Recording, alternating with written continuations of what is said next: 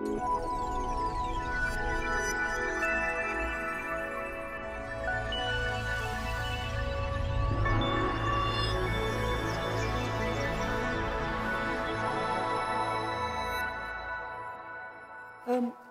it's delightful to be invited to come to the RSA, and I look forward to a good bit of discussion. I'm told I don't have to talk for 45 minutes, but for a short time, and that suits me much better.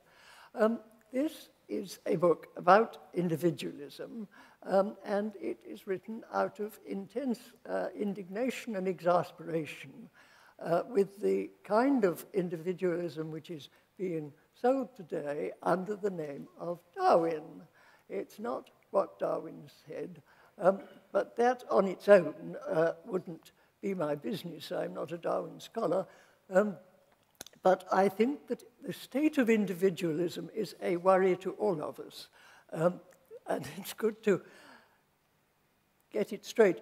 You see, I think if one means by individualism the regard to separate individuals instead of just to the mass, this has, of course, been a splendid contribution of the Enlightenment, something that we probably all think terribly highly of and very important. But like a lot of things, individualism is something you can have too much of if you go on in the direction in which you have started to change society, cutting everybody off more and more from everybody else, forgetting about the communal side of life. You get into a great mess in private life. Private life tends to lose meaning, and public life, of course, doesn't work so well. This is a cliche stuff, but somehow we seem to have been forgetting it. Darwinism is now used as the name for this kind of thing. People think of Darwin as having insisted that evolution only works by competition and the survival of the fittest and dog eat dog and so forth. Well, it so happens that in The Descent of Man, Darwin, far from this, had a very interesting view about how we are social creatures, and like other social creatures, naturally cooperative and friendly, even though, of course, we can quarrel, but quarreling is part of being social. The discussion that he gets into in The Descent of Man, it starts by asking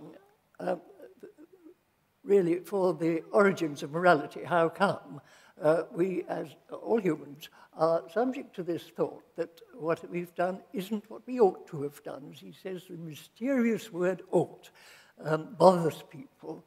Remorse is a very widespread human thing. Even the mafia, you see, have their standards. Standards are a kind of universal thing, and it is a very odd one, looked at from, as it were, an ethological point of view, as a bit of natural history. It's a peculiarity of the species. And what he says about it really is a bit different from what a lot of other people talking about morals have said, because they tend to say, well, we have all these animal instincts, which are pretty disorganized and often rather bad. We also have our reason or our conscience, which is a quite separate affair that comes in and straightens it up. Darwin doesn't look at it like that. He says we have a lot of natural, what he calls social instincts, emotional tendencies and so forth, some of which are helpful to other people and some are not. But they often conflict one with another. This, of course, also happens to other social animals. One chimpanzee may get very cross with another with whom they are otherwise friendly and may beat them up.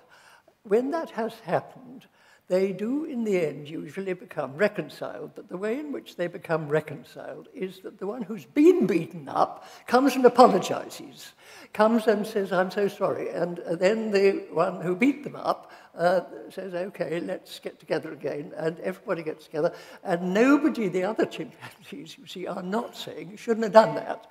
It really is a distinctive feature, ethologically speaking, of our species, that this kind of thing goes on. And what Darwin suggests, you see, is that there is not this separate character called reason or conscience, which we've somehow developed and nobody else has, but that in becoming more intelligent, we've become more aware of our lives as a whole, and in fact, more,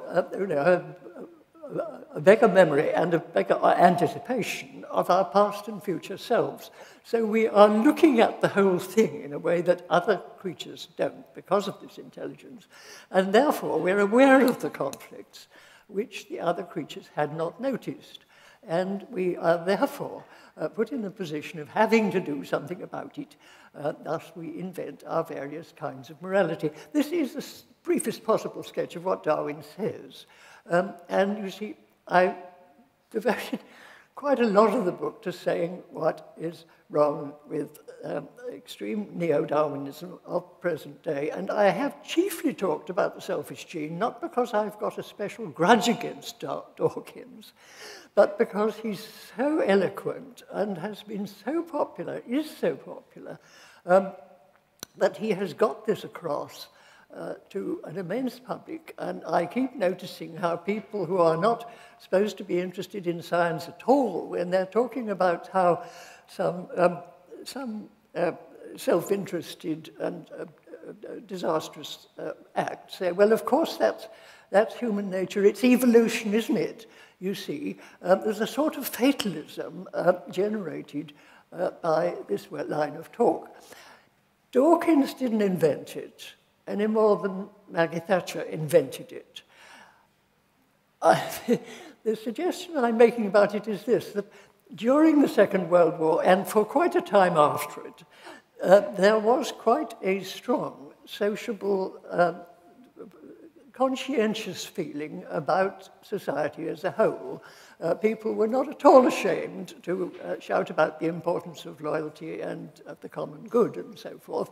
That persisted, as I say, for a little time after the war. Thus we got the National Health Service and similar things. But people were getting a bit bored with it. Towards the end of the 60s, they thought they'd been rationed for long enough. They didn't want to go in on eating the national loaf. Do you know that very healthy national loaf I happen to remember got rid of, as I noticed at the time, because people weren't supporting it, and so forth. There was a general movement of consciousness towards thinking that we should, each of us should be considered a little more. I still think it's surprising that the word selfish caught on with the selfish gene to the extent that it did.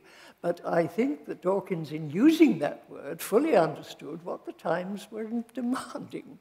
The fashion was inside him. He didn't mean to make a great social statement. He was trying to talk about evolution. This was his first book. It was the lectures he'd been giving to his students, and it had plainly gone down a bomb. And it seemed to him to be a straightforward description of what happens in evolution, but in fact it was madly not. I mean, the idea that the gene is selfish isn't at all persuasive, because genes work along with other genes. Afterwards, after that book, Dawkins noticed that, and on the 25th anniversary of The Selfish Gene, when there was great celebration going on, he said, oh, it's quite a good book. I think it would have been better if I'd called it The Cooperative Gene. You see, because by then, the fact that this is simply not science had got through. Well, so if it wasn't science, why was he saying it? Because I'm thinking this is a myth which was catching on with a lot of people, but he put it so very forcibly. This, if anyone feels that I am being unfair in picking on him, this is why I do sometimes use other people to quote. But he's such an impressive writer. You kind of come back to it. How am I doing for time? You've got another 10 minutes. Right, yes. So, yes, I mean, I'm thinking, you see, that this general reversion to an individualist, a strong individualist point of view, again, wasn't new. There is a strong tradition of this in our culture, dating, I suppose, from Thomas Hobbes. Now, Hobbes did a smashing job in the 17th century, reacting against the wars of religion which were going on at that time, saying there's no reason why you should go and die or suffer for other people in this kind of war. What is most concerned to you always is your own survival, and if you can't survive and do what people are telling you, you have to do something else.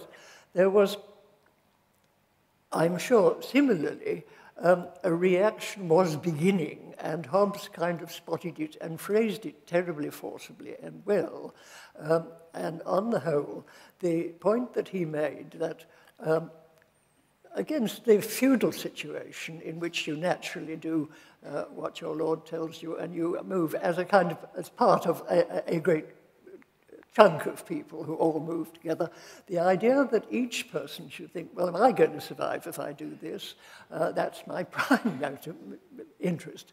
That was, I think, a new thought in the 17th century, and of course it's been a tremendously fertile one. I mean, all this about individual rights that we've gone in for since then did kind of flow from it. Again, I'm not saying Hobbes invented it, he just put it very well and very strongly. And that tradition went on.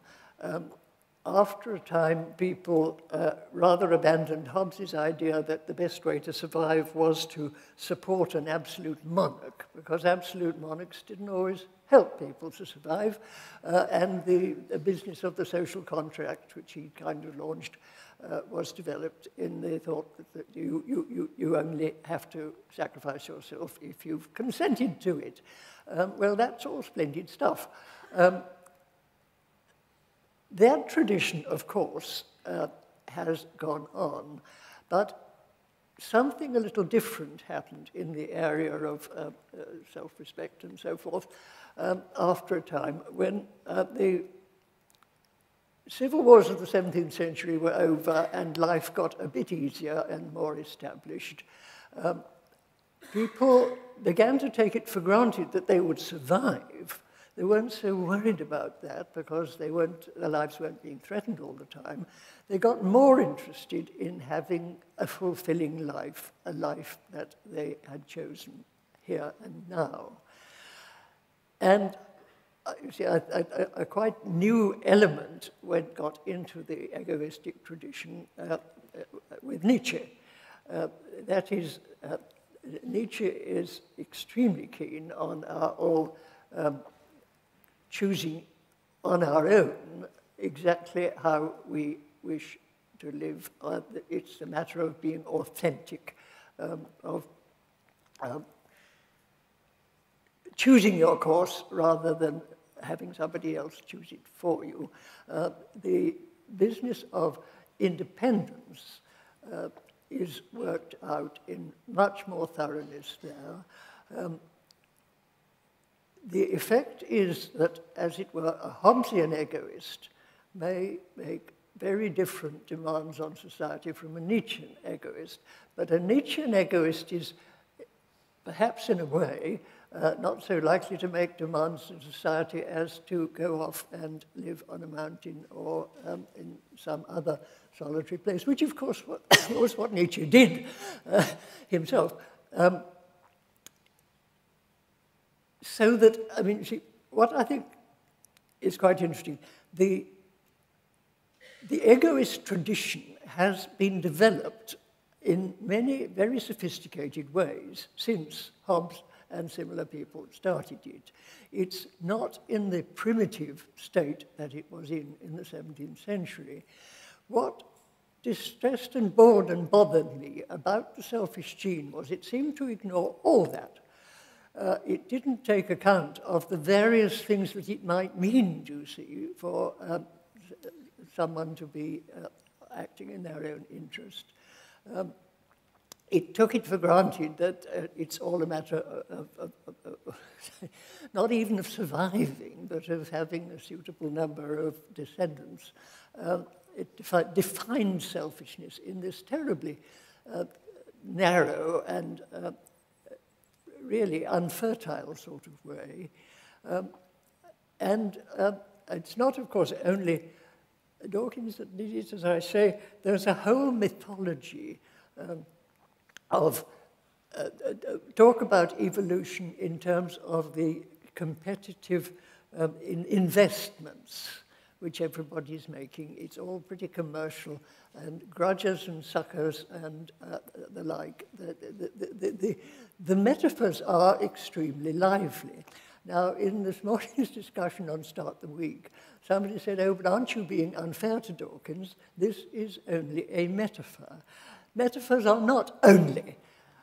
Anyone who chooses one and runs it strongly in their work is saying something.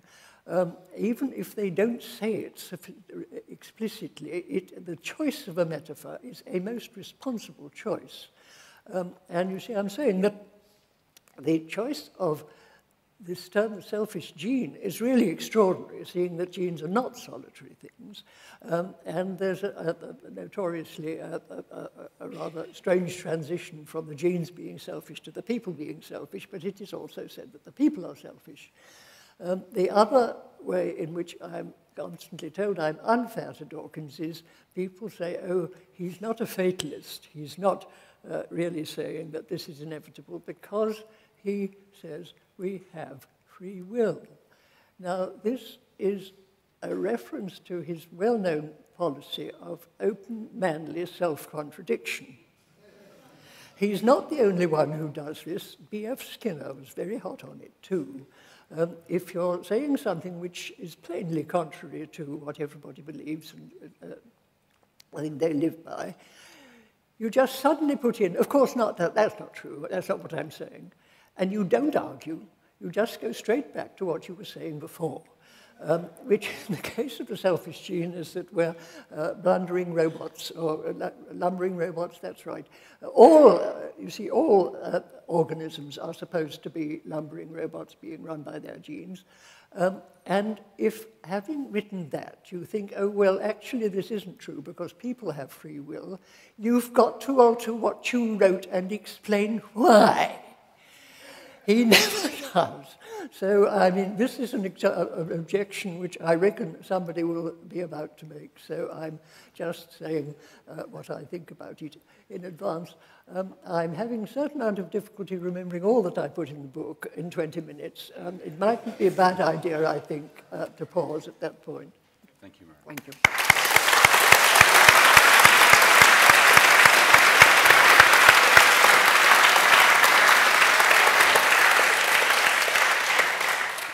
I'm going to ask Mary a couple of questions and then open it up to all of you. And we've got until 7 o'clock. Thank you for that, Mary. And it's, as you say, you only cover a small amount of the rich material in the book, so I might pick up a couple of other things. Can I start off with asking you about accounts of human nature? Because in a way, this book is about human nature. Yeah. All my work is about human nature. Well, right. Do you think it's possible to have a holistic account of human nature which works in relation to the kind of criteria we'd apply to scientific reasoning and to social scientific reasoning and to philosophy? Is it possible to bring those together in a kind of unified account of human nature, or does science do what science does, social science does what social science, and they're kind of in the end they're kind of parallel types of conversation? This is a question about the relation between the different disciplines, between the different ways of thinking altogether, isn't it? Now, my view about that is that these different ways of thinking are very important, have to be separate. They are the ways that we use when we approach a subject in a particular way for a particular kind of reason. Thus, if you look at say, Newton's thought from the point of view of thought, and you're thinking of other theories, you're talking about the thought, the theory. If you're interested in his life, you come in from a different angle. These things are not rivals, that they need to bring them together is always a bit of a special job in which I think both disciplines have to take part, don't they? Yes, I mean, this is the sort of trouble that comes up with physicalism, that is, people who say that everything is really physics, and the physical truth about everything is the real one. Everything else is rather superficial and provisional and halfway. Now, that's nonsense. If you inquire, for instance, about sport, we want to know what sport is, so to speak. If you only knew about sport, that it is the movement of certain physical particles within a certain space, you would not know anything about sport. I mean, the suggestion that if we only had physics, that would be, we would have all the reality, the rest doesn't matter, is merely silly. But if you develop both of these accounts, you will get some idea of the physical effect on the bodies, which is indeed a bit of biology, and you will also be looking at the psychological and social meaning of this. Now, it's terribly important that you get both, isn't it? This is always setting us problems in bringing them together. But the thing I particularly don't like is the approach to human nature, which says there must be one central explanation of it, you see. The kind of, well, I don't want to be crude about Freud, but the Freudian approach, it's pretty well all sex, essentially, or the Marxist approach, that it's all the desire for wealth. These are really not helpful, and there have been too many sort of confident attempts to explain human nature, explain it in the sense of finding one pattern, which is what is really essential to it. I don't have much belief in them. Great, thank you. In the book, and also in your talk, one of the arguments that you want to confront is the argument that, as it were, there is a human nature which isn't somehow kind of selfish or base. And then reason comes along as a kind of higher faculty, which helps us to deal with the fact that we are selfish and uncontrollable. I'm interested in you kind of reflecting on that, but also exploring the idea that what is different about human beings is that we can reflect on our nature, and indeed that we can change our nature through reflection. Yeah. So, for example, we can understand that there are idiosyncrasies generated by the fact that we have prehistoric brains trying to cope with a modern world, and understanding those idiosyncrasies, we can override them, as it were. And that this faculty, this capacity to reflect on our nature and to change our nature is something which is very distinctive about human beings. Well, it's something which is very important about human beings, which we kind of need to cultivate. When people say it's special about human beings, that seems to suggest that no other animal has it. And I don't feel that confident about what life is like for elephants. You know, pick on elephants, they live as long as we do.